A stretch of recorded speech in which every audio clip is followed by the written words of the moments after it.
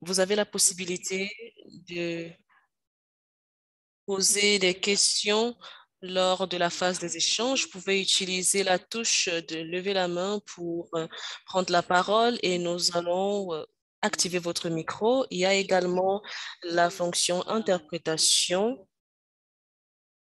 Vous pouvez vous connecter pour écouter les délibérations dans la langue dans laquelle vous êtes le plus fluide.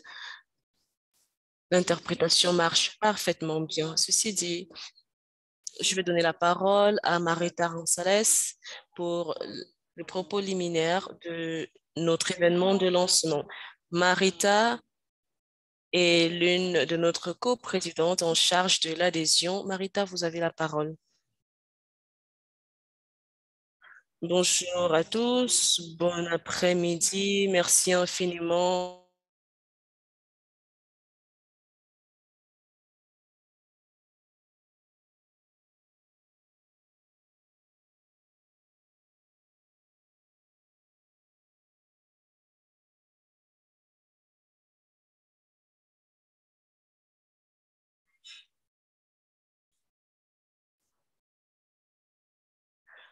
Dans notre plan stratégique 2020-2023, nous nous sommes engagés à nous renforcer en tant que plateforme ouverte qui unit les régions et les secteurs du monde sur l'agenda de l'efficacité de la coopération au développement qui renforce les capacités des OSC à s'engager dans des partenariats de développement, en particulier au niveau des pays, mais également au niveau des régions et qui établit des voies pour l'application des principes d'efficacité du développement des OSC et qui s'adresse à tous les acteurs pour soutenir les OSC et leur position sur l'efficacité de la coopération au développement. Pour atteindre ces objectifs, nous avons rassemblé nos pratiques et nos expériences collectives en matière de plaidoyer, de gestion de projets et de gestion de réseau et nous les avons reflétés dans notre nouvelle série de supports de développement des capacités que nous vous présentons aujourd'hui. Nous souhaitons créer une communauté de bonnes pratiques afin que nous puissions apprendre des uns et des autres en améliorant notre politique en matière de plaidoyer et notre collaboration avec d'autres acteurs et parties prenantes en vue de faire progresser une coopération au développement efficace. Aujourd'hui, nous allons écouter certains de nos collègues qui discuteront des défis auxquels nous avons été confrontés et des leçons que nous avons apprises dans ces aspects de notre travail. Nous avons on- nous avons été confrontés à des défis et nous continuons de l'être, en particulier à cause de la pandémie de COVID-19 et pas uniquement dans nos opérations, mais en matière de lutte pour la reconquête de nos espaces civiques et pour la reconquête de la liberté d'expression des membres de nos communautés. Nous avons continué à travailler sur notre propre efficacité et à nous engager dans les arènes de plaidoyer pour faire entendre nos messages sur l'efficacité du développement et le développement durable. Nous avons également travaillé sur le suivi et sur le développement durable afin de ne pas faire de laisser pour compte. Nous vous invitons donc à participer activement aux délibérations d'aujourd'hui pour qu'en tant que plateforme, nous continuions à développer nos capacités afin d'atteindre un niveau supérieur de pratique et d'efficacité dans le domaine du plaidoyer politique et de la pratique organisationnelle pour faire progresser l'efficacité de la coopération au développement au niveau des pays et au niveau régional et mondial. Je vous remercie infiniment pour votre participation et nous commençons cet événement de lancement. Merci, Joséphine. Merci infiniment, Marita, pour cette allocution d'ouverture. Nous allons à présent donner la parole à Maui, notre secrétaire. J'espère que vous arrivez à m'entendre. On me notifie que ma connexion est instable Il va nous présenter le contexte de cet événement. Monsieur le directeur, vous avez la parole. Merci.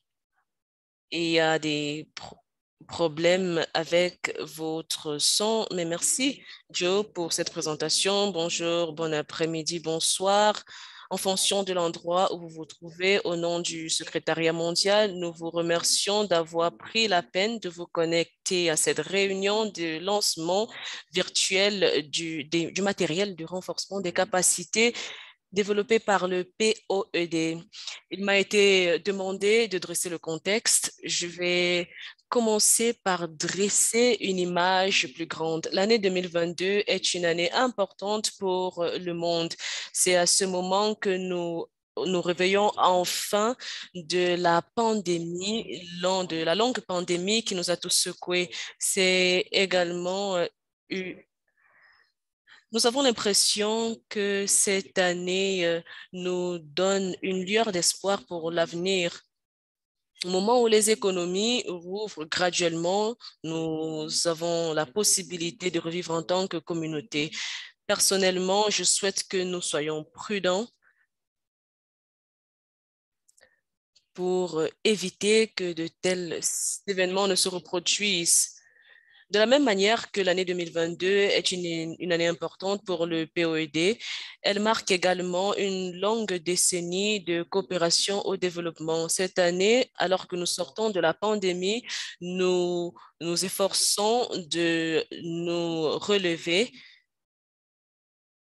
et de reprendre là où nous nous sommes arrêtés il y a de cela 2 ans. Cette année, nous souhaitons également, au niveau national, renforcer la domestication des outils de renforcement des capacités et au niveau local où besoin est. Le matériel de renforcement de capacités que nous présentons aujourd'hui est l'un des jalons de célébration de 10 ans d'existence.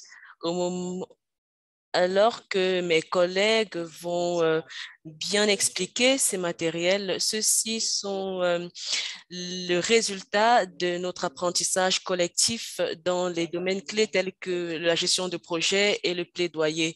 Je ne vais pas m'appesantir dessus. J'espère que vous recevrez ce matériel comme un produit de notre travail collectif et que vous saisirez l'opportunité d'utiliser ces matériels pour renforcer notre présence, pour atteindre notre objectif, pour venir en aide à ceux qui ont payé le prix fort de la pandémie.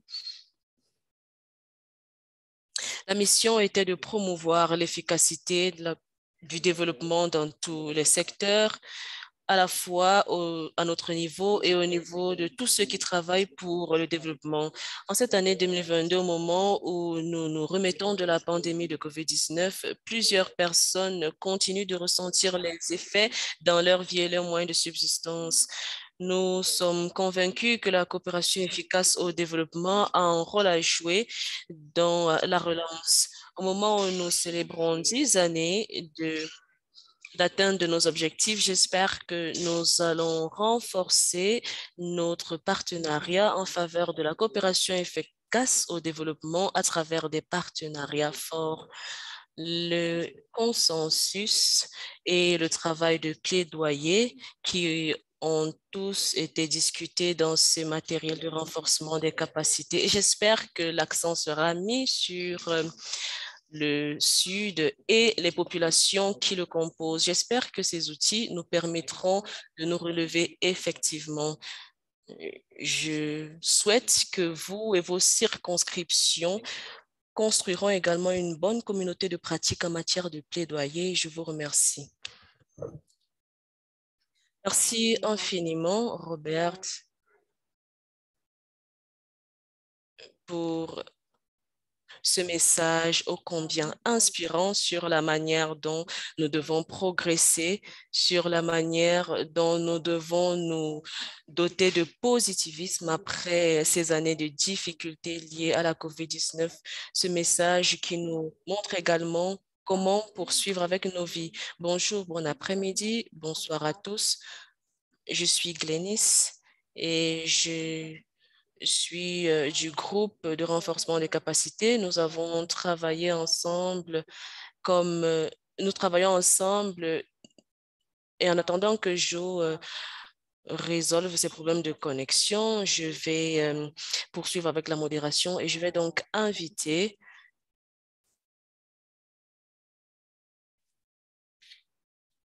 ceux qui vont présenter le logo. Comme Robert l'a mentionné, nous célébrons 10 années d'existence, de plaidoyer et de bonnes pratiques.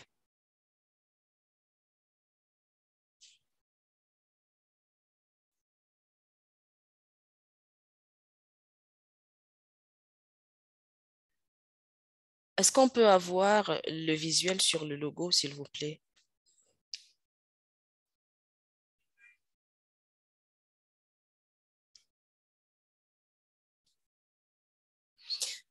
OK.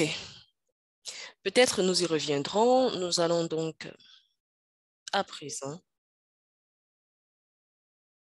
présenter et ce fièrement des vidéos qui vont nous faire parcourir le matériel du renforcement des capacités que nous lançons aujourd'hui.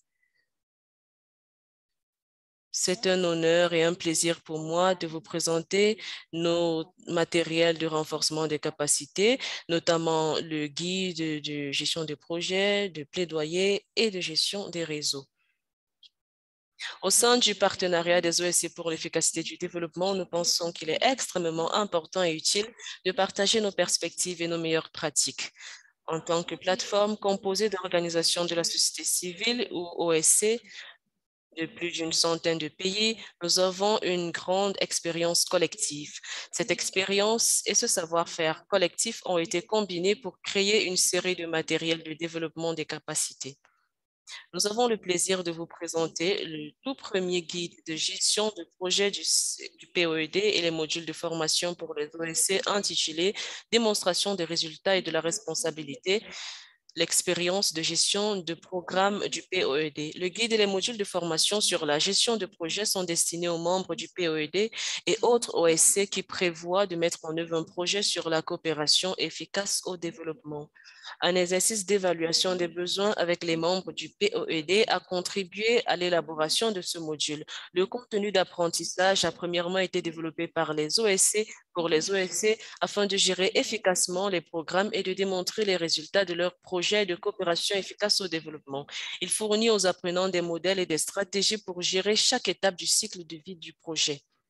Les modules de formation sont proposés avec le guide afin que les OSC, les éducateurs et les dirigeants communautaires puissent adapter le cours à leurs contextes locaux. En fonction des besoins des organisateurs du cours, les modules de formation peuvent être adaptés pour être enseignés en face à face, virtuellement ou en mode hybride. Le cours a été conçu pour être enseigné sur 3 modules en 2 sessions, mais il est flexible. Le POED est là pour fournir des conseils techniques si nécessaire. Permettez-nous à présent de vous expliquer le contenu de ce matériel. La première partie du guide donne un aperçu historique du travail du POED en matière de coopération efficace au développement. Cette partie clarifie le lien entre les programmes et le plaidoyer politique et discute de la pertinence d'une gestion de projet efficace au sein du POED. La deuxième partie se penche sur la phase de planification du projet, y compris les stratégies visant à définir le problème et sa pertinence. Elle traite également de l'intérêt de disposer d'une théorie du changement claire et de la manière dont elle peut contribuer aux autres composantes de la gestion de projet, en particulier au suivi, à l'évaluation et au co-apprentissage. La troisième partie aborde les différentes dimensions de la gestion de projet. Elle examine les principes et les stratégies de gestion de la portée, du temps, des coûts et des subventions, de la qualité, des ressources humaines, des achats, des communications et des risques. Enfin, la quatrième partie traite du suivi et de l'évaluation, ou SEE. Elle commence par le principe de la gestion axée sur les résultats et discute de la pertinence de l'analyse du cadre logique ou analyse du cadre logique. Cette partie fournit également des recommandations sur la mise en place d'une stratégie de suivi et d'évaluation efficace pour les organisations utilisant le cadre logique. En exploitant les compétences et les connaissances déjà riches des OSC, L'objectif est de soutenir les projets qui œuvrent pour une coopération efficace au développement et ce faisant de renforcer notre plateforme de société civile. Dans cette vidéo, nous allons parler du guide de gestion des projets. Ce guide offre aux membres du POED et aux autres OSC les outils, les ressources et les conseils pratiques pour améliorer leur opération et leurs pratiques organisationnelles. Les modules de formation sont proposés avec le guide afin que les OSC, les éducateurs et les responsables communautaires puissent enseigner les modules dans leurs contextes locaux. Le POED est là pour fournir des conseils techniques si nécessaire. Selon les besoins des organisateurs du cours, les modules de formation peuvent être adaptés pour être enseignés en face à face virtuellement ou en mode hybride. En outre, le cours a été conçu pour être enseigné en 4 sessions, mais il peut être flexible. Parmi les documents, vous trouverez des concepts théoriques, des études de cas, des plans de cours et des feuilles de travail. Voici un aperçu du guide de gestion du réseau. Le premier module présente aux apprenants les concepts de base de la gestion de réseau et décrit les principes de base de la mise en œuvre, de la mise en réseau et du partenariat. Il aborde également le cycle de vie organisationnel et les étapes d'un réseau. Le deuxième module couvre la gestion des réseaux de plaidoyer en donnant un aperçu du fonctionnement des réseaux de plaidoyer et des différentes structures et stratégies d'organisation des réseaux de plaidoyer. Le troisième module se concentre sur le POED en tant que réseau de plaidoyer. Dans ce module, les apprenants rafraîchiront leurs connaissances sur le cadre de la coopération efficace au développement et les 6 domaines sur lesquels le POED travaille. Par ailleurs, ils prendront connaissance des cadres et approches avec lesquels le POED travaille, notamment la coopération efficace au développement, l'approche fondée sur les droits de l'homme et l'approche féministe et leur mise en œuvre. Le quatrième et dernier module mettra en pratique toute la réflexion et la théorie. Les organisations participantes élaboreront un plan d'action pour faire avancer leurs objectifs de gestion du réseau. À la fin du guide et des modules de formation, les organisations auront enrichi leur compréhension de différentes approches, attitudes et comportements pour les aider à réfléchir à leur politique et pratique. Mais surtout, le guide de gestion du réseau et les modules de formation ont été conçus pour que toute la réflexion et la planification effectuée pendant la période d'apprentissage débouchent sur des actions significatives qui transforment et fortifient les relations de réseau des participants. Après, tous les OSC doivent travailler ensemble et en tant que mouvement pour construire un changement durable. La collaboration et la coordination entre les OSC par le biais de partenariats et de réseaux sont nécessaires pour remettre en question les relations de pouvoir inégales et s'efforcer de mettre en place un modèle de développement orienté vers l'élimination de la pauvreté et la réduction des inégalités.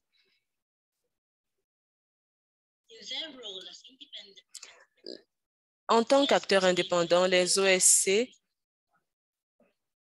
visent à répondre aux besoins des populations jusqu'aux grandes réunions.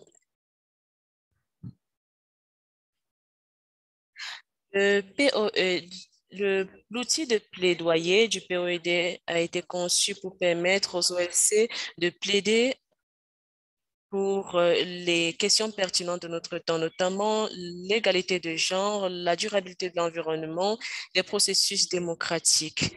Cette boîte à outils offre aux OSC les informations dont elles ont besoin, l'orientation et les outils pratiques étape par étape pour leur permettre de mener des initiatives de plaidoyer en faveur de la coopération efficace au développement dans des contextes locaux spécifiques. Alors, que pouvez-vous attendre de cette boîte à outils? Premièrement, cette boîte à outils offre des informations sur la coopération efficace au développement, notamment ses principes et les moyens de mise en œuvre. Il définit également ce que c'est le plaidoyer et ceci à travers le cycle de plaidoyer du POED. Nous allons vous présenter un processus étape par étape pour formuler votre agenda, vos messages de plaidoyer, votre plan de mise en œuvre et suivre et évaluer vos activités. Chaque étape de ce processus offre des activités pratiques qui vous permettront à vous et à votre étape de concevoir les activités de plaidoyer significatives qui prendront en compte vos spécificités locales et vous permettront d'atteindre vos objectifs. Alors, définissons la coopération, mais faisons en sorte que la coopération efficace au développement soit effective. Pour plus d'informations et pour télécharger ce matériel, voici les pages de ressources csopartnership.org.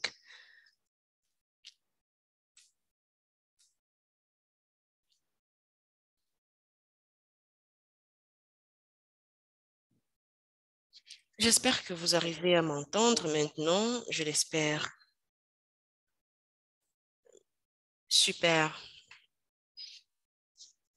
Je remercie mes collègues pour ces vidéos. J'espère que vous avez pu comprendre le message de bout en bout et comme Dani l'a relevé à la fin de la vidéo, le matériel sera disponible sur la page web du POED. Il est traduit en français, en anglais et bien évidemment en anglais. Ce que vous apercevez à l'écran à présent est notre logo qui a été conçu pour célébrer une décennie d'action en matière de coopération efficace au développement. C'est la première fois que nous partageons ce logo.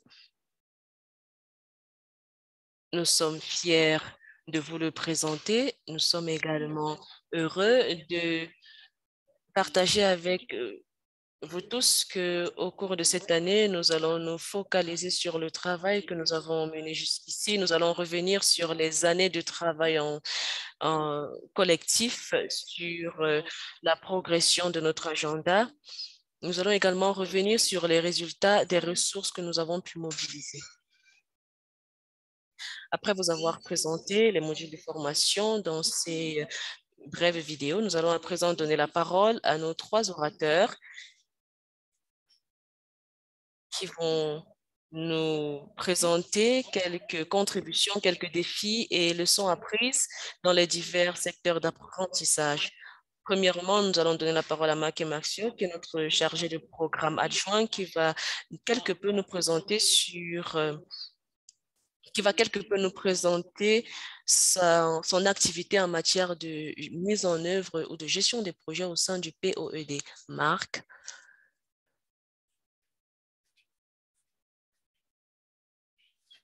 Merci, Joe.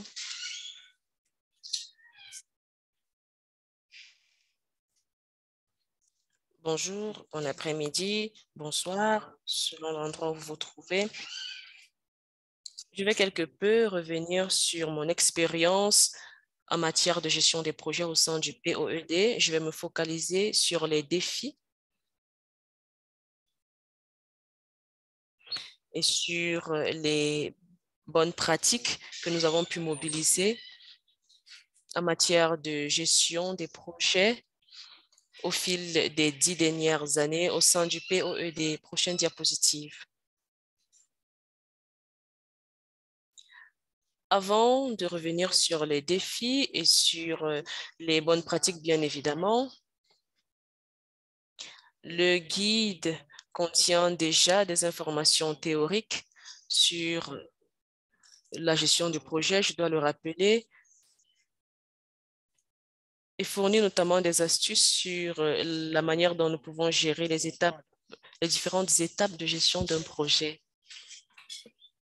Prochaine diapositive.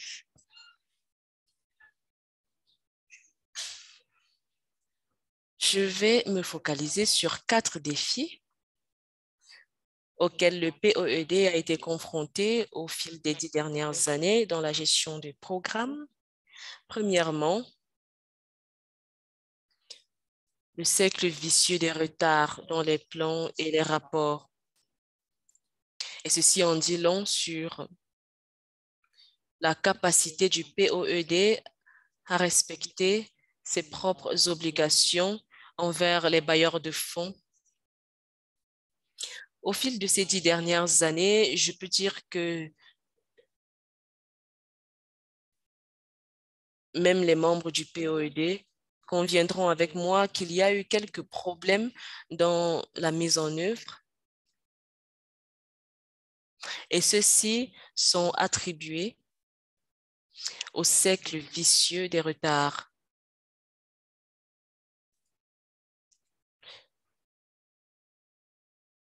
Lorsque les partenaires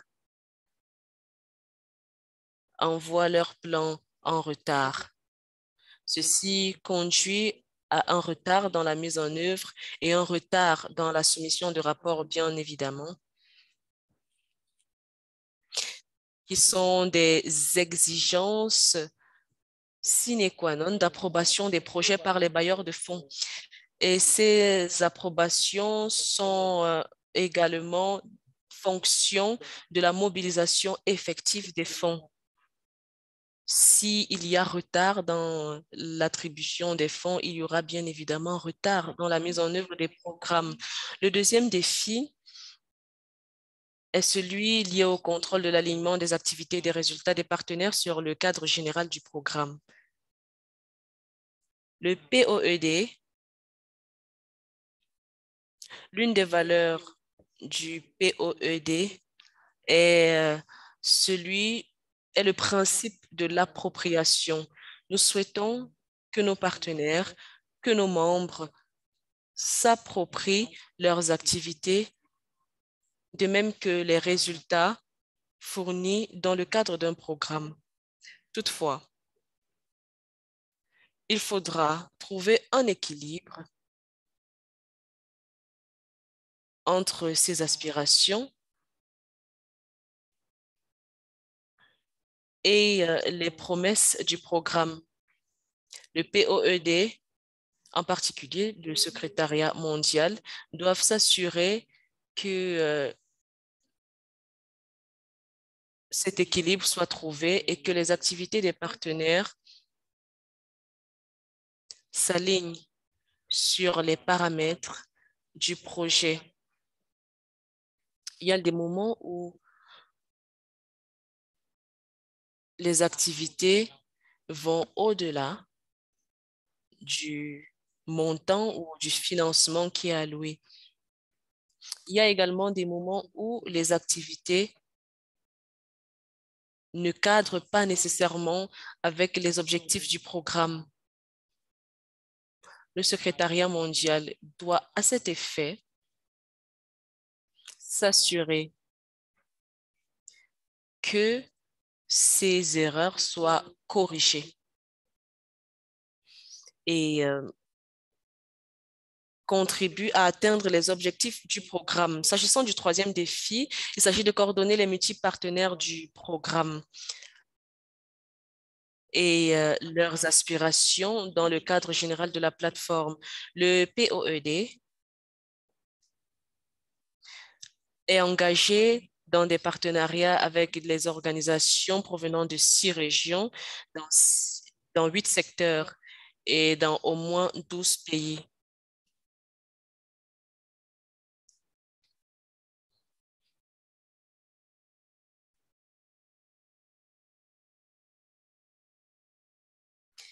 Et le défi à ce niveau a été surtout de s'assurer que les organisations avec lesquelles nous collaborons ont les capacités qu'il faut pour gérer les subventions qui leur sont octroyées pour la mise en œuvre du programme. Enfin, et l'un des principaux défis auxquels nous sommes confrontés et qui perdure jusqu'à aujourd'hui est celui du problème de transfert de fonds à cause de pays figurant sur la liste noire. Certains pays ont des restrictions financières strictes et dans certains de ces pays, il y a une forme de rétrécissement de l'espace civique.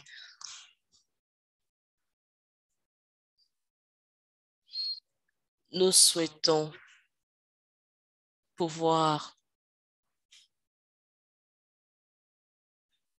résoudre ce genre de problème parce que nous souhaitons montrer l'efficacité de notre système de gestion interne.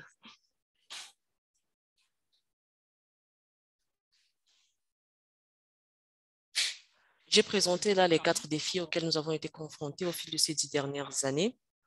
La liste n'est pas exhaustive. Prochaine diapositive.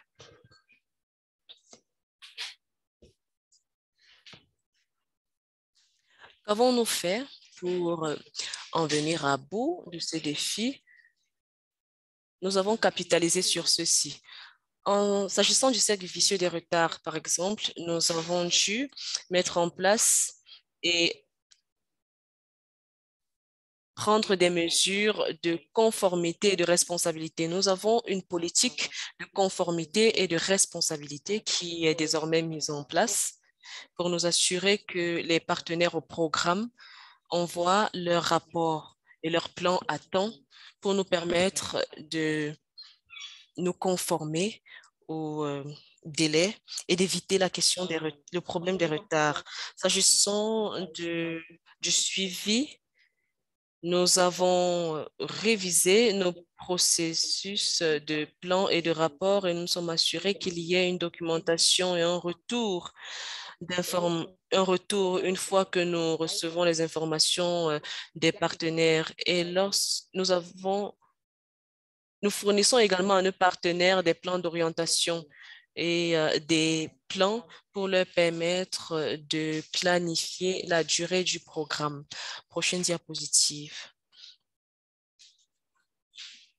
Pour résoudre le troisième problème, nous avons systématisé notre procédure d'évaluation financière au sein du POED. Il s'agit notamment de requérir certains documents de la part de nos partenaires, notamment les formulaires d'enregistrement pour nous permettre de systématiquement évaluer leurs capacités. Et au cours de la mise en œuvre, afin d'éviter les retards, nous menons des consultations bilatérales avec nos partenaires au programme. Enfin, pour résoudre le quatrième problème de transfert de fonds à cause de pays inscrits sur des listes noires, nous avons pu résoudre ce problème en trouvant des parties tierces qui reçoivent les fonds et qui, à leur tour, envoient cet argent au nom du POED aux pays qui figurent sur la liste noire.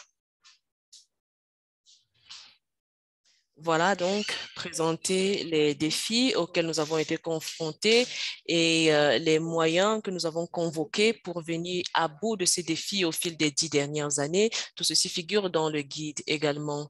J'aurai la possibilité de répondre à vos questions plus tard. Merci, Joe, je vous redonne la parole. Merci, Marc. Nous allons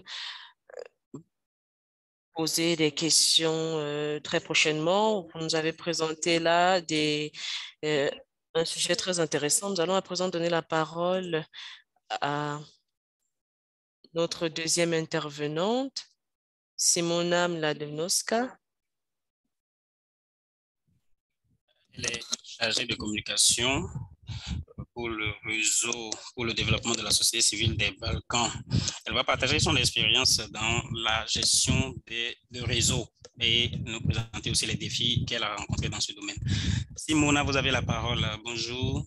Merci pour la présentation. Vous avez finalement réussi à bien prononcer mon nom. Je suis très heureux d'être ici aujourd'hui. C'est la deuxième fois que je prends la parole pendant un événement du PED. La dernière fois que j'ai eu cette opportunité, c'était pour parler des bonnes pratiques dans la gestion des réseaux. Et donc, le thème n'a pas vraiment, ou plutôt le contenu n'a pas vraiment changé. Donc, ce que j'avais eu à dire dans la précédente présentation est tout à fait relié à ce que je vais dire aussi aujourd'hui. Donc, les réseaux mettent ensemble une variété d'expériences au niveau des prises de décision. Cela permet aussi de créer des communautés et tout ceci est important quand nous travaillons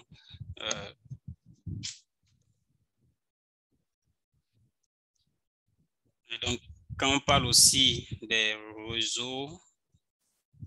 Ceci est important quand ils veulent, par exemple, informer les personnes. Donc, je ne vais pas parler des différences dans les valeurs principales, valeurs ou des questions qui relèvent du statut de membre dans ces réseaux, mais je veux parler beaucoup plus dans le sens des différents niveaux, des capacités internes, des divers niveaux d'expérience et de relations avec les bailleurs de fonds, des prises de décision aussi bien que les autorités. Donc, du moment où dès que nous avons déjà pu comprendre comment apprendre de l'expérience des uns des autres, dès que nous avons pu renforcer les positions communes sur des questions telles que l'approche des droits de l'homme, l'édification des parties prenantes, dès que nous avons déjà pu tracer le chemin pour créer un système de reddition de comptes, le succès est on ne peut plus sûr. Donc, pour vous donner une image plus détaillée de ce dont je parle et pour aussi vous convaincre du travail que nous faisons en tant que gestionnaire de réseau. Je vais m'approfondir un peu plus sur les choses que nous avons déjà réalisées dans les domaines que nous considérons pour le développement, la coopération efficace au développement. Donc, sur les questions environnementales, par exemple, nous faisons le suivi de l'espace favorable aux activités des OSC. Et en ce qui concerne notre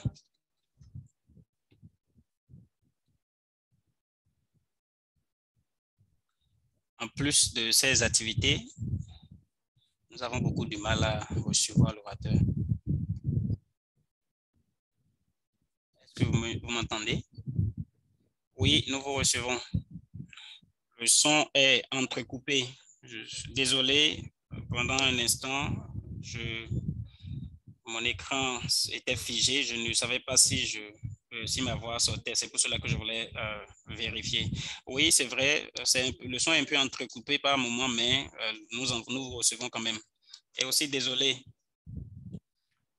pour cela.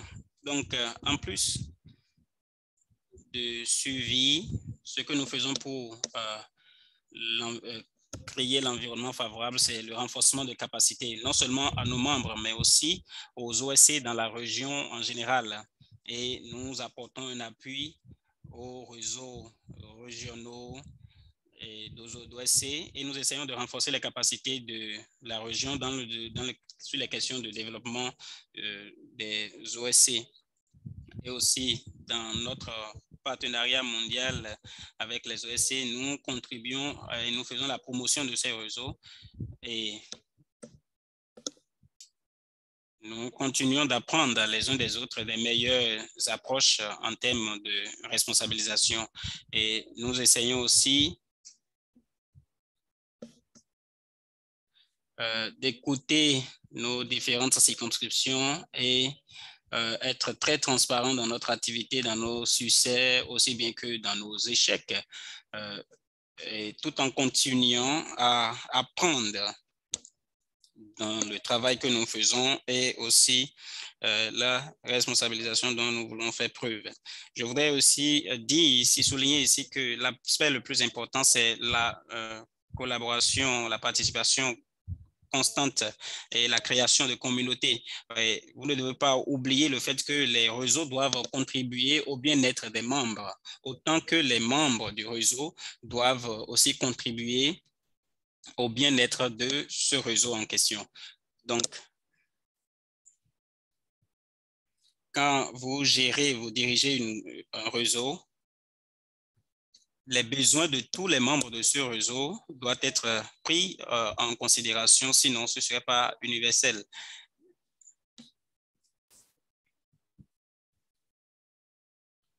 Je voudrais maintenant me focaliser sur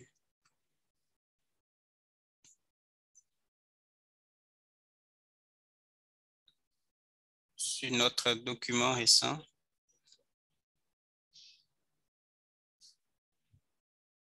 Dans la promotion et la protection de l'espace civique.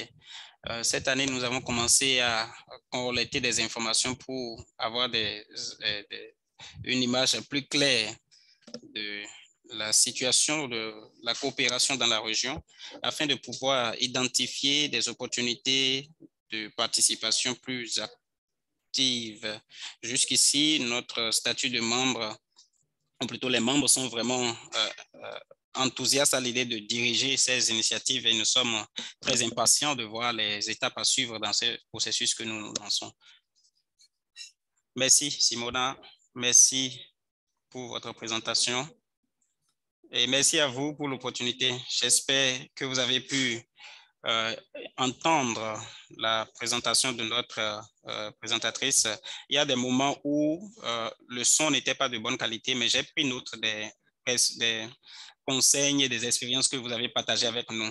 Donc, nous allons maintenant donner la parole à notre prochain présentateur et ensuite, nous aurons la séance de questions-réponses. Nous avons ici Matt Simmons, principal chargé des politiques et de la liaison, qui va partager un certain nombre de leurs défis dans le travail de plaidoyer du POD ou des recommandations plus générales. Matt, vous avez la parole. Bonjour tout le monde. J'ai une présentation, je ne sais pas si elle pourra être présentée directement ou si je dois partager mon écran. Donc, je voudrais juste passer en revue rapidement cela. Pourquoi faire du plaidoyer, comment et où? Donc, voici la boîte d'outils que nous avons préparée récemment qui répond à ces questions. Et nous avons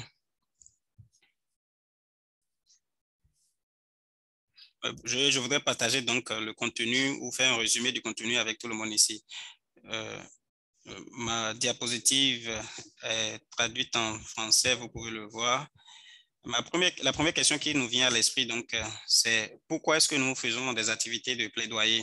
Et essentiellement, nous avons à peu près trois catégories de où, quand et pourquoi nous faisons du plaidoyer. Premièrement, c'est que les politiques, les lois, les réglementations et pratiques existantes plutôt sont handicapantes pour les OSC.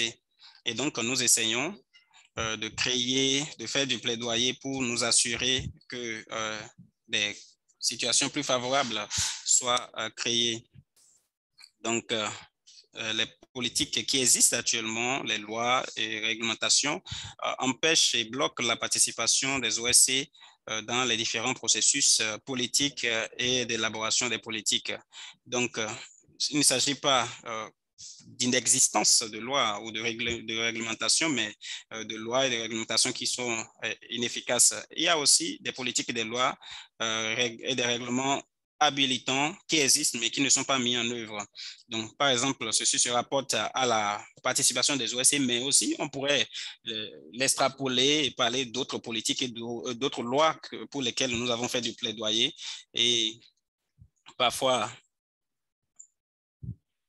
il y a des lois qui sont prioritaires pour nous, mais qui ne sont pas couvertes par les décideurs politiques. Et ce sont donc des facteurs handicapants dans notre action. Donc, voilà quelques-unes des raisons pour lesquelles nous faisons du plaidoyer. Maintenant, quand nous parlons de la coopération efficace au développement, cela constitue une base pour aborder la gouvernance et la responsabilité, la redevabilité des processus de coopération au développement. C'est un cadre avec 4 piliers qui visent à créer des partenariats plus fermes, plus forts pour un développement plus durable. Et ces 4 principes, je sais que vous les savez tous, il y a l'appropriation au niveau des pays et nous aimons parler de ceci en disant que en parlant plutôt d'appropriation diplomatique, démocratique plutôt, développement efficace, la transparence aussi bien que la responsabilité sont d'autres des principes. Et donc ces principes du CED orientent en fait notre action, notre activité pour que quand nous voulons faire du plaidoyer, cela guide notre action et comment nous collaborons avec les gens en mettant toujours ces piliers comme la base ou le socle de notre activité de plaidoyer au niveau mondial et au niveau aussi de la mise en œuvre, aussi bien que de notre travail au niveau des communautés. En tant que plateforme, nous faisons le plaidoyer pour la représentation inclusive de tous les acteurs de développement et aussi principalement la représentation, la participation des OSC.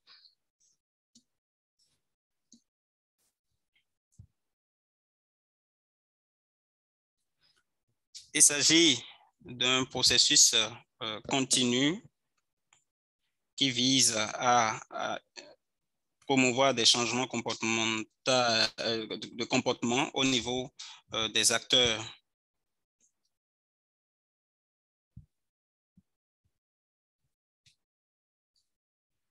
Les principaux thèmes de plaidoyer que nous avons qui, en quelque sorte, se cachent sous cette formulation de coopération efficace au développement. Ceci vient directement de notre plan stratégique et nos objectifs de politique et de plaidoyer. Donc, notre thème principal de plaidoyer, je ne sais pas si la diapositive s'affiche déjà à l'écran.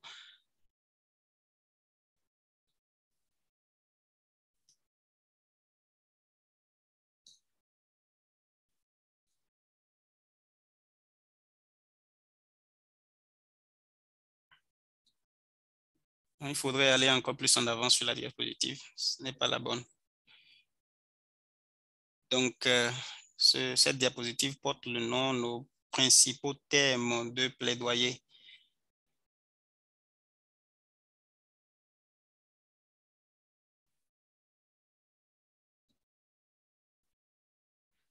Non, vous allez dans la mauvaise direction. Nous devons aller vers le début de la présentation. Nos thèmes de plaidoyer principaux, voilà. Donc, nous travaillons à promouvoir les questions de développement efficace, de coopération efficace au développement qui qui proviennent de la réunion de haut niveau de 2009, aussi bien que les moyens de mise en œuvre de l'agenda 2030 et le programme d'action d'Addis Abeba qui est dans le processus de financement pour le développement.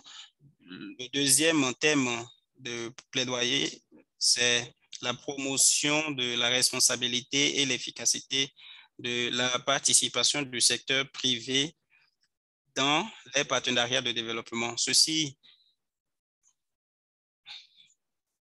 ou plutôt notre intervention se rapporte beaucoup plus ici à la responsabilité des acteurs du développement et aussi la participation du secteur privé dans les partenariats de développement. Donc, c'est pour cela que nous nous focalisons principalement sur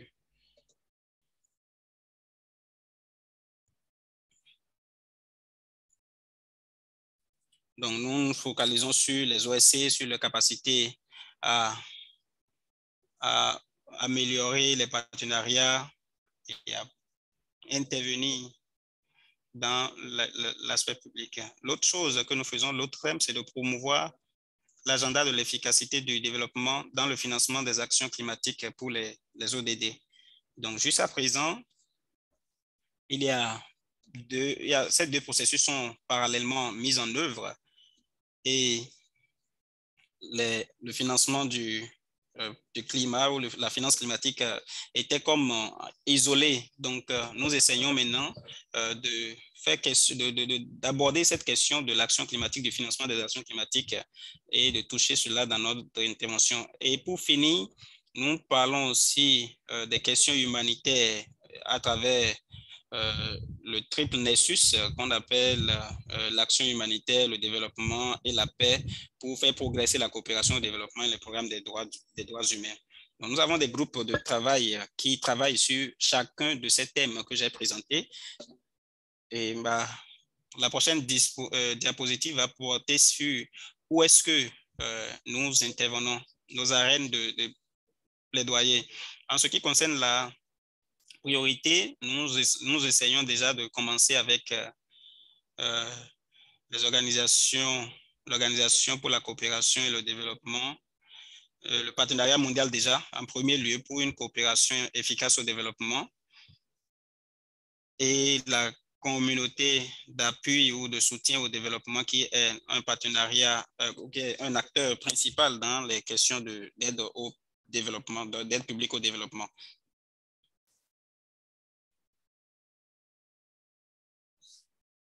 Ces données ont été publiées aujourd'hui et nous voyons une croissance au jour le jour de ces engagements. Nous travaillons aussi avec l'ONU à travers le Forum politique de haut niveau, le financement du développement, le Forum de coopération au développement des Nations Unies, la coopération Sud-Sud et l'Assemblée générale.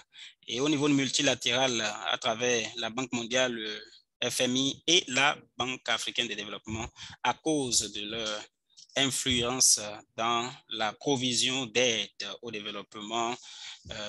Et nous travaillons aussi avec la Commission de l'Union européenne, avec les alliances et plateformes d'OSCE. Nous essayons d'établir des alliances avec ces groupes.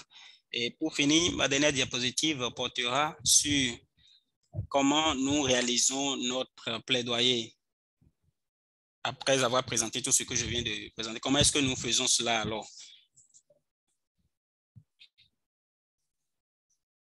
Et nous avons 4 piliers, les 4 piliers de plaidoyer ou le cycle politique. Donc, dans chacun de ces domaines, de ces thèmes et de ces arènes dans lesquelles nous intervenons, ce que nous faisons, nous essayons d'abord d'identifier les questions par le biais d'une consultation proactive avec les constituants pour pouvoir formuler une vision de plaidoyer et maintenant identifier les différents messages, les différentes questions de ces pays. Et donc, quand nous avons développé ces messages, alors nous essayons de voir, nous essayons d'identifier les espaces d'engagement et d'élaboration des messages. Et ensuite, nous essayons de voir les questions de monitoring et d'évaluation, c'est-à-dire est-ce que nous avons réalisé des succès dans nos interventions, est-ce qu'il y a eu, nous avons pu faire avancer les comportements. Donc, avec ceci, avec cette présentation, je vais m'arrêter ici. Malheureusement, nous devons quitter, je dois quitter cette réunion pour participer à une autre. Mais je pense que s'il y a des questions, mes collègues qui sont toujours là vont pouvoir y répondre. Merci, Matt. Je voudrais dire cela. Déjà, vous remercier pour votre présentation. Je crois qu'il y a des questions, mais sachant que Matt doit quitter dans 5 minutes, je vais prendre 3 questions d'abord. Si ces questions se rapportent au plaidoyer, ce serait bien. Et alors, nous pouvons rester un peu plus, passer plus de temps pour parler des autres questions quand Matt serait parti. Je vais voir s'il y a des mains levées. Est-ce qu'il y a des mains levées?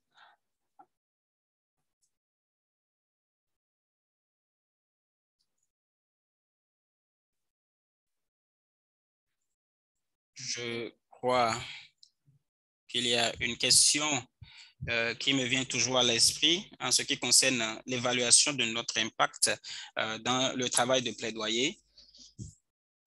Ce serait bien d'entendre Matt nous dire comment nous entendons faire cela, quelles sont les stratégies que nous mettons en œuvre à cet effet.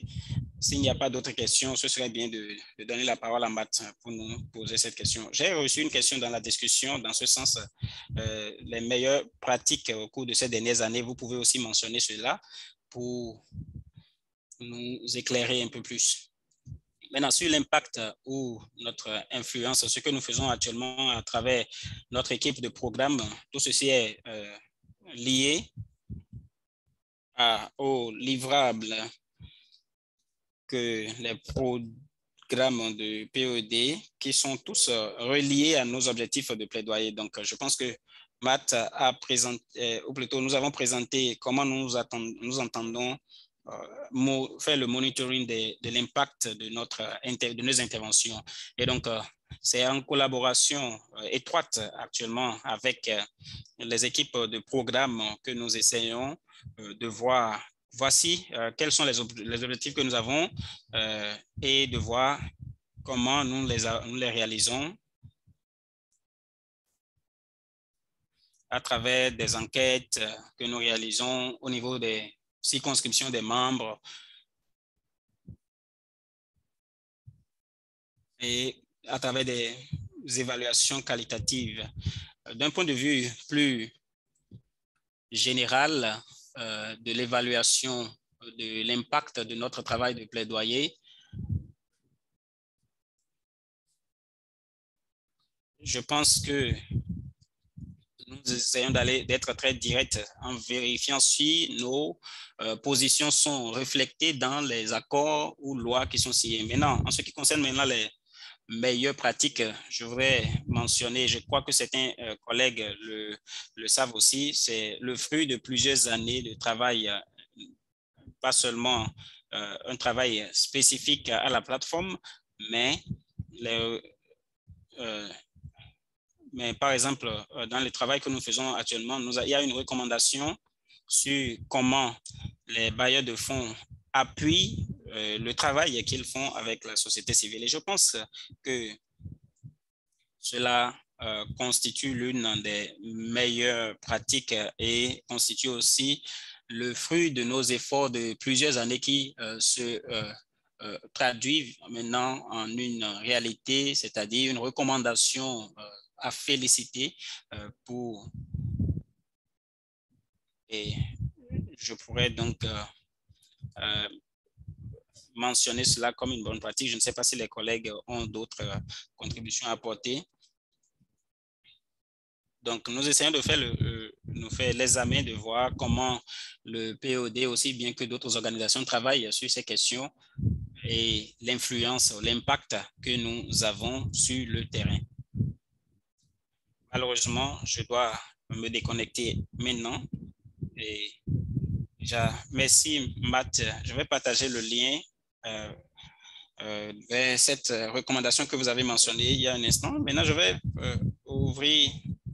je vais poser la question, je vais laisser l'opportunité aux uns de poser des questions. Il y a une question dans la discussion qui est en anglais, en français. Je vais demander de l'aide pour pouvoir le lire en anglais et le poser directement ici.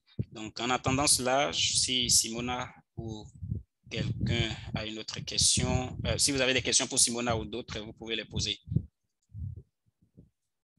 Donc, Rup, vous avez levé la main. Vous pouvez prendre la parole. Oui, merci. Merci pour ces boîtes d'outils. Ma question est pour un plaidoyer efficace, nous avons besoin de données, mais malheureusement, nous n'avons pas souvent du temps. Donc, d'abord, le gouvernement ne nous donne pas des données désagrégées, ventilées selon la situation géographique et d'autres dimensions. Et d'autre part, le gouvernement ne prend pas en considération les données fournies par la société civile. Donc, comment est-ce que nous pouvons combler ce déficit dans nos efforts de plaidoyer? Merci. Merci, je prenais note.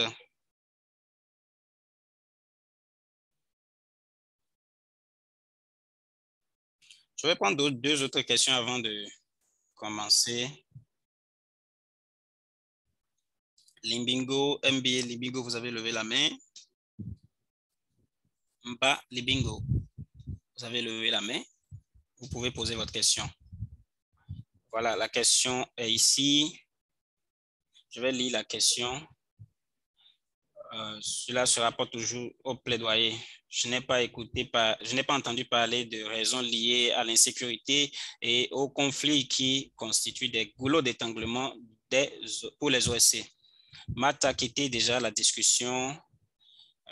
Au cœur de la discussion, Donc, ces deux questions se rapportent aux questions de plaidoyer. Nous voyons aussi,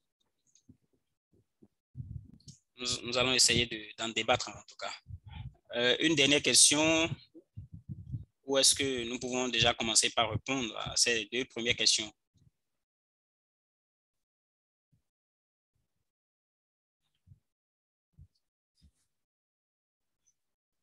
Oui, tout à fait.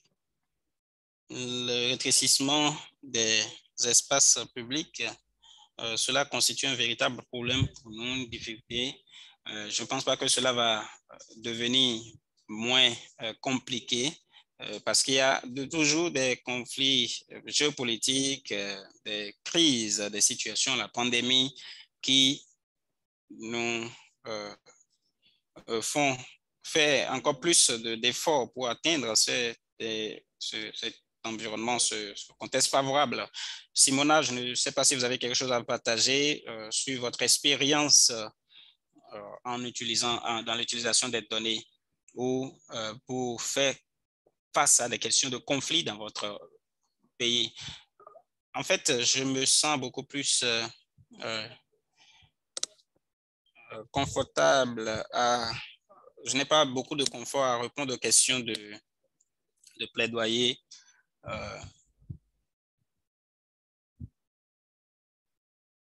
Ou plutôt, je me sens beaucoup plus confortable dans ce domaine parce que j'ai connu des situations. Nous avons eu des questions des situations de crise. Donc, dans la question de savoir dans quel domaine les OSC et le réseau travaillent,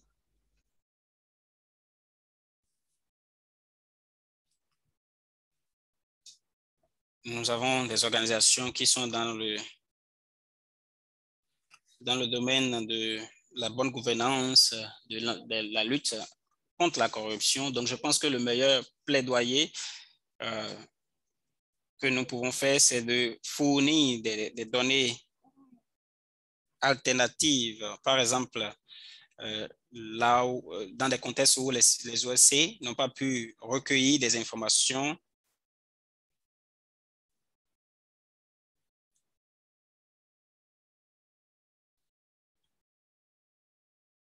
par exemple en utilisant la liberté d'accès aux informations publiques, plusieurs OSC ont pu générer,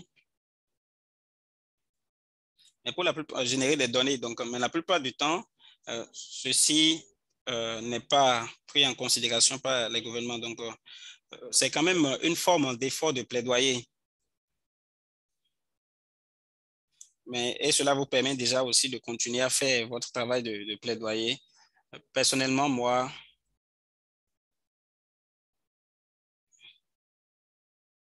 je fais plus confiance aux données qui sont fournies par les OSC. Et même si le gouvernement ou les pouvoirs publics sont contre ces données, je pense que cela reste toujours une meilleure source. Et aussi, vous savez, c'est dans l'avantage des pouvoirs publics que les OSC ne compilent pas ou ne rassemblent pas des informations. Merci, Simona.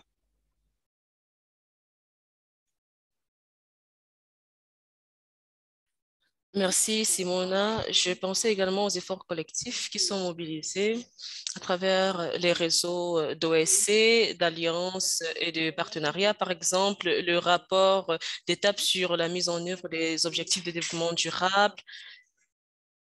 que le POED et certains de nos membres accueillent favorablement. Ces efforts mettent un accent particulier sur l'analyse du rapport de Vienne, celui soumis par les gouvernements et les rapports fantômes soumis par les organisations et toute autre organisation de la société civile.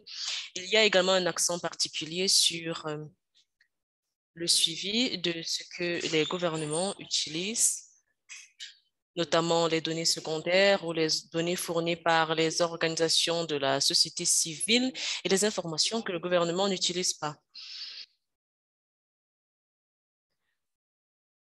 Ceci dit, je dirais qu'il y a beaucoup de choix à faire, mais ceci nous invite à construire un front de données solidaire et fort et à faire en sorte que le gouvernement l'utilise.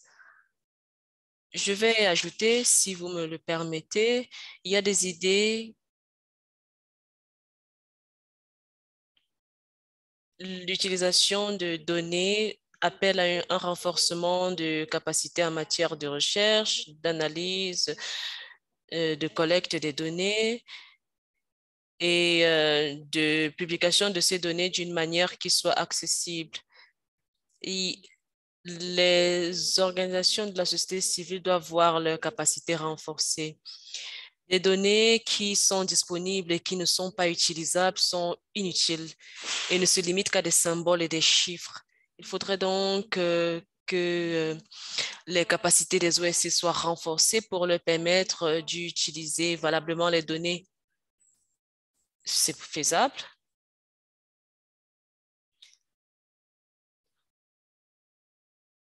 Peut-être qu'il faudra mobiliser beaucoup de capacités, mais je pense que c'est possible. Je suis d'accord avec vous et c'est bien de noter que beaucoup d'efforts sont en cours. Il est également possible de contacter d'autres organisations et leur poser des questions sur le renforcement de capacités spécifiques ou sur le renforcement des capacités pour une meilleure gestion des données. Je peux voir que personne d'autre ne souhaite prendre la parole. Avez-vous d'autres questions, peut-être beaucoup plus liées à l'utilisation des orientations? Ceci sera plus clair lorsque vous aurez accès aux documents. Mamadou Diagne, Tourdé, vous souhaitez prendre la parole?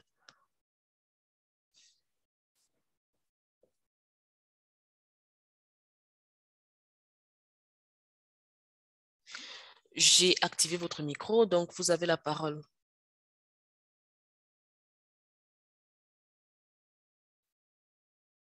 Peut-être que je n'ai pas bien prononcé votre nom.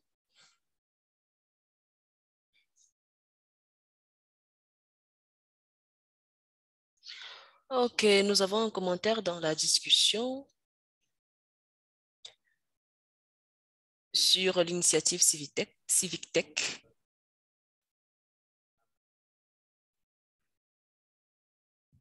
Je travaille sur cette initiative.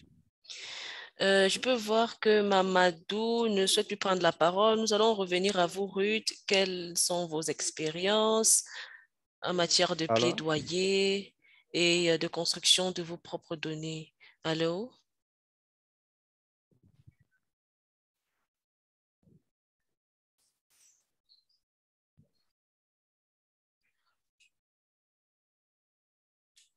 Au Népal, le Népal est l'un des pays avancés. Nous demandons chaque jour au gouvernement de nous fournir des données désagrégées sur les coûts pour que ceci figure dans nos affectations budgétaires, mais le gouvernement ne semble pas vouloir répondre à nos demandes. Ainsi, nous ne participons pas au processus de décision, nous n'avons pas le droit aux affectations budgétaires dans les provinces fédérales et au niveau local à cause du manque de données. Les Dalides n'ont pas des droits, n'ont pas accès aux opportunités, malgré qu'on leur donne des droits dans les documents légaux, mais en pratique, ils ne bénéficient pas de ces droits, étant donné que nous n'avons pas de données et que nous ne pouvons pas effectivement mesurer les progrès réalisés en fonction des années ou des décennies. Nous sommes confrontés à ce problème. Nous essayons de fournir nos propres données. Malheureusement, le gouvernement ne les prend pas en compte. Il soulève les questions de méthodologie. Parfois, il nous tague d'être influencés par un agenda extérieur, ce qui rend notre travail difficile. Merci. pour ce partage d'expérience. Je suppose que des efforts sont en cours pour peut-être faire avancer la législation en cette matière. Y a-t-il une législation nationale sur les systèmes d'information, sur la transparence? Ou alors vous êtes dans une situation où la loi n'est pas mise en œuvre, n'est pas appliquée? Tout ce que le gouvernement mène des activités de recensement ici au Népal. Il collecte des données désagrégées en fonction du genre ou de l'âge, mais il n'y a pas de données détaillées sur les coûts. Ils se disent que si des données sur les coûts sont disponibles, les gens utiliseront ces données comme preuve pour réclamer leurs droits. Les institutions des Nations Unies ont également fourni des données en collaboration avec la Commission de planification nationale. Si je dois donner un exemple, je donnerais celui de l'indice de pauvreté du Népal qui a connu une baisse de près de 16%, mais les données ne sont pas disponibles sur le pourcentage de réduction de la pauvreté chez les Dalits. Il y a des données, mais lorsque des données brutes, mais lorsque les données sont publiées, il n'y a pas de données portant sur le coût, ce qui est un véritable problème. Merci. Je dois donc insister sur le fait que nous devons continuer à nous efforcer de fournir nos propres données. Ceci ne requiert pas uniquement des ressources humaines, mais aussi et surtout de l'argent et du temps. Humberto, merci de nous avoir rejoints. Je ne sais pas si John Ocha souhaite partager avec nous leurs expériences qu'ils ont écrites dans la fenêtre de discussion, parce que je pense que ça porte quelque peu sur la même question. Bonjour, je m'appelle John Olaf Ofemola du Nigeria. Mon organisation est Act Up Africa.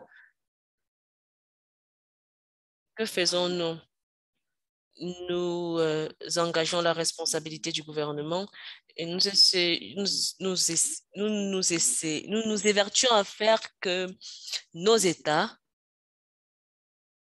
puissent adopter des partenariats ouverts. Mais nous avons l'impression qu'ils ne veulent pas le faire parce que le niveau de transparence n'est pas important et qu'ils ne veulent pas répondre aux questions des communautés. Il y a une loi au Nigeria qui s'assure que vous ayez accès aux données du gouvernement. Et il s'agit d'une loi de 2011. Nous envoyons notre demande d'information au gouvernement fédéral ou au gouvernement fédéré et nous insistons sur le fait qu'en vertu de cette loi, nous avons besoin de ces informations. Les informations nous sont envoyées en bloc et les populations des communautés locales ne peuvent pas les utiliser pour un plaidoyer. Que faisons-nous? Nous simplifions certaines de ces informations de telle sorte que même quelqu'un qui n'a pas de connaissances en statistique ou en comptabilité peut facilement les comprendre. Nous les envoyons aux personnes des autres communautés, nous les regroupons et les éduquons sur ce que sont ces informations, en particulier en matière de budget. Nous les informons sur l'offre et la demande pour que les questions soient plus spécifiques au gouvernement. Alors, que faisons-nous? Nous ne conduisons pas ces activités de plaidoyer. Nous nous assurons que ces personnes que nous avons au préalable formées se chargent elles-mêmes de leur plaidoyer. Nous nous assurons que ces personnes portent leur propre voix, de telle sorte que le plaidoyer devient personnel, devient véritable, parce qu'ils sont les seuls à savoir la situation à laquelle ils sont confrontés. Sur notre page de leaders sociaux, de réseaux sociaux, nous avons un truc que nous postons à Counterfact qui fournit les informations sur l'argent que le gouvernement reçoit chaque année. Lorsque nous mettons ce montant, nous ne nous limitons pas aux chiffres. Nous précisons l'équivalent de cet argent. Ce qu'on peut, par exemple, faire avec cet argent dans la communauté, par exemple, si cet argent est suffisant pour créer des établissements de santé, si cet argent est suffisant pour construire des routes, nous fournissons donc ces informations pour que les populations puissent comprendre ou quantifier ou évaluer le montant en termes de ressources entre les mains de leur gouvernement. Et nous utilisons euh, ces informations, nous utilisons des informations officielles, nous permettons aux populations de comprendre les données et nous les formons pour que ces populations puissent elles-mêmes mener leurs activités de plaidoyer. Nous magnifions leur voix, nous les appuyons. C'est ce que nous faisons autour de nous. Certes, nous sommes confrontés à des défis, mais nous sommes convaincus que ce genre de réseau nous permettra de venir à bout de ces défis. Merci, John, pour cette contribution pertinente. Toutefois, j'aimerais savoir, cette plateforme d'allocation de ressources, est-elle une technologie que vous avez achetée ou que vous avez développée, ou avez-vous emprunté cette technologie de quelqu'un d'autre?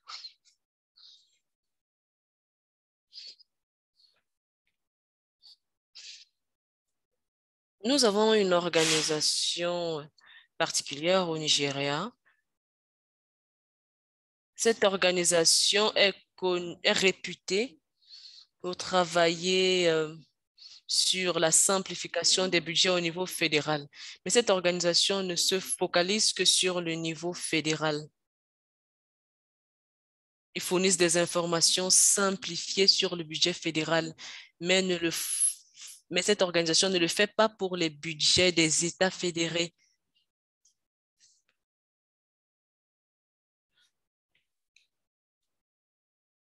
Nous avons donc adapté cette technologie à la nôtre et nous avons ramené cette technologie au niveau local en prenant en compte les spécificités des diverses localités. Notamment, nous utilisons le pidgin ou le yoruba. Je suis de la communauté yoruba. La plupart de nos campagnes de sensibilisation se font en langue locale.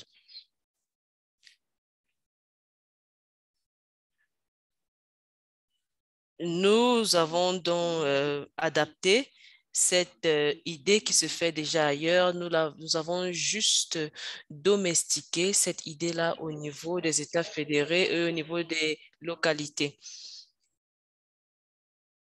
C'est une expérience de réseautage parce que vous travaillez avec une autre organisation. Avant de conclure, j'aimerais savoir si certains de nos membres participant à cette réunion souhaitent présenter leur expérience en matière de plaidoyer, de gestion des réseaux, qui sont très importants en Amérique latine.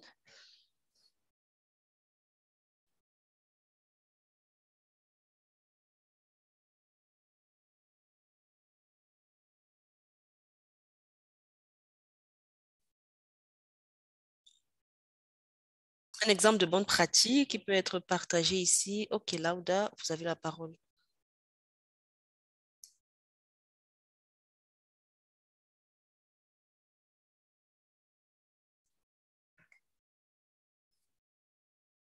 Et point focal, POED, depuis la création, depuis le déploiement du POED au Mexique. Notre organisation n'est pas typique parce que de notre expérience, nous avons eu un cadre juridique qui a facilité notre participation et notre reconnaissance en tant qu'organisation de la société civile. Avec le nouveau gouvernement qui est là depuis 3 ans, nous avons subi une sorte de retour en arrière. Ainsi, la législation et la réglementation qui reconnaissait notre participation n'est plus utilisée. Nous sommes rendus à un moment où nous essayons de plaider pour une reconquête de notre espace civique.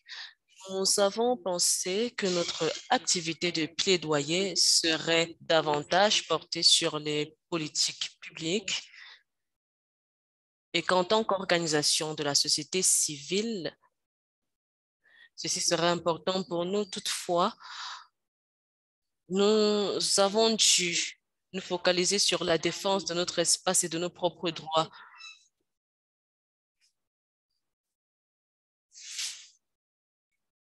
Ce qui est inscrit au rang de priorité de notre plaidoyer. Ce faisant, nous avons fait fi de certains secteurs du plaidoyer qui sont toutefois importants pour notre population. L'expérience mexicaine est riche en termes de plaidoyer politique avec les pouvoirs exécutifs et législatifs. Et je suis convaincue que nous avons une longue expérience à partager. Ce que nous avons fait au niveau de Equipo Pueblo a été de renforcer les capacités de notre organisation. Nous avons pensé que si nous pouvions créer un dialogue, il était possible de faire du plaidoyer auprès des institutions publiques, auprès de l'opinion publique également, parce que parfois, les gouvernements essaient de rétrécir l'espace civique des organisations de la société civile. Le public le sait, si le public est au courant de cela, ils peuvent également faire du plaidoyer pour nous. C'est ce que nous essayons de faire chez nous. Nous essayons de renforcer cette relation-là et nous sommes prêts à partager cette expérience avec les autres organisations. Parce que je suis convaincue que nous pouvons faire du plaidoyer aussi auprès du grand public. Nous pouvons rédiger des lettres. Nous pouvons avoir des stratégies de communication avec le public pour faire du plaidoyer pour toutes ces situations. En termes de gouvernance et de citoyenneté, très souvent, ces éléments ne sont pas organisés. Ces éléments ne sont pas organisés. Nous pouvons aider la société à s'organiser. Une fois encore, je dirais que l'expérience mexicaine est très riche en la matière. Voilà ce que j'avais voulu dire. Aglero, vous venez là de faire des contributions pertinentes pour le travail du POED en particulier dans le contexte actuel marqué par des défis liés aux informations médiatiques, à l'actualité. Vous avez également relevé que la société civile représente aussi cette partie de la société qui n'est pas organisée. Vous souhaitez également que la société civile se focalise sur l'opinion publique. Essaie de comprendre comment l'opinion publique perçoit cette conversation et peut participer au processus législatif. Vous avez également mentionné l'aspect de la citoyenneté. Nous sommes parvenus au terme de la réunion d'aujourd'hui. Ça a été 1h30 de débat édifiant. C'est toujours intéressant d'apprendre des expériences des uns et des autres. Je vais donner la parole à Jader Dagar, notre gestionnaire de réseau, pour une allocution de fin. Je vous prie de rester jusqu'à la dernière minute pour que nous puissions prendre une photo de groupe. Si vous pouvez allumer votre caméra, vous n'aurez pas besoin de 4 ou 5 minutes pour le faire. Merci Joe, merci à tous. Merci et félicitations à tous ceux qui ont participé à l'organisation de cet événement. Le matériel de renforcement des capacités a été lancé avec succès. Comme nous l'avons dit, il regroupe les expériences collectives et la connaissance du POED et de nos organisations partenaires en matière de gestion de projet, plaidoyer, engagement et gestion du réseau. Il y a un autre matériel qui sera publié dans les jours à venir. C'est un module sur, sur le dialogue avec les partenaires. À travers cet événement et le matériel publié, nous souhaitons encourager les OSC et les partenaires au développement à renforcer nos capacités pour avoir un développement durable qui sert nos circonscriptions. En dehors de ce message, cet événement suscite également la question du renforcement de nos communautés. Pour répondre à ces questions, je vais nous inviter à réfléchir ensemble. Premièrement, il faudrait continuer d'apprendre et de réfléchir. Deuxièmement, il faudrait contextualiser les leçons apprises à nos différentes réalités et à nos idées. Troisièmement, il est question de passer de la théorie à la pratique. Et quatrièmement, il est question de renforcer le dialogue et la coopération. Cette voie à suivre est plus facile à dire qu'à faire, mais le matériel que nous avons proposé et le secrétariat mondial peuvent nous fournir des orientations et de l'appui pour la mise ou l'application de ces différents matériels. Je vous invite à vous rendre régulièrement sur notre site web www.partnership.org pour les partenariats, pour les annonces sur nos activités de célébration, de commémoration de nos 10 ans d'existence. Au nom du secrétariat mondial, je vous remercie de vous être connectés à cette réunion, en particulier aux circonscriptions qui organisent leurs propres réunions de formation sur les questions discutées. Merci à tous. Joe, je vous redonne la parole. Merci, Jordan. Je n'ai pas allumé ma caméra. Est-ce qu'on peut prendre la dernière minute pour allumer nos caméras, pour prendre une photo de groupe?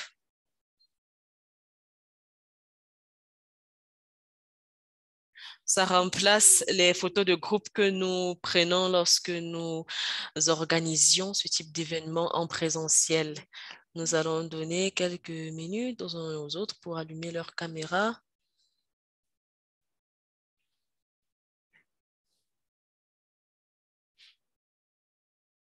Qui prend la photo au niveau de notre équipe de communication?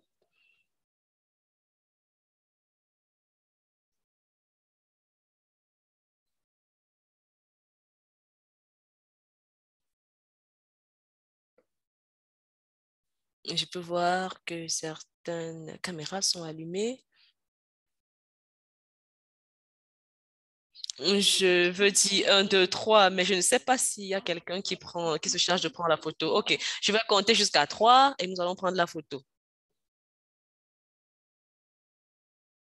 On a besoin d'une autre? OK, 1, 2, 3.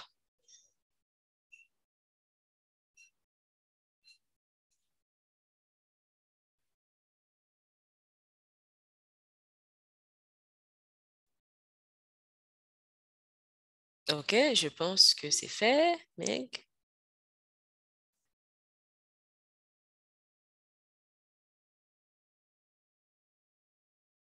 Oui, c'est bon. OK, merci. Merci infiniment. Merci à tous. Merci. J'espère que vous ferez bon usage du matériel de renforcement des capacités qui a été partagé. Merci, merci à tous. Bye.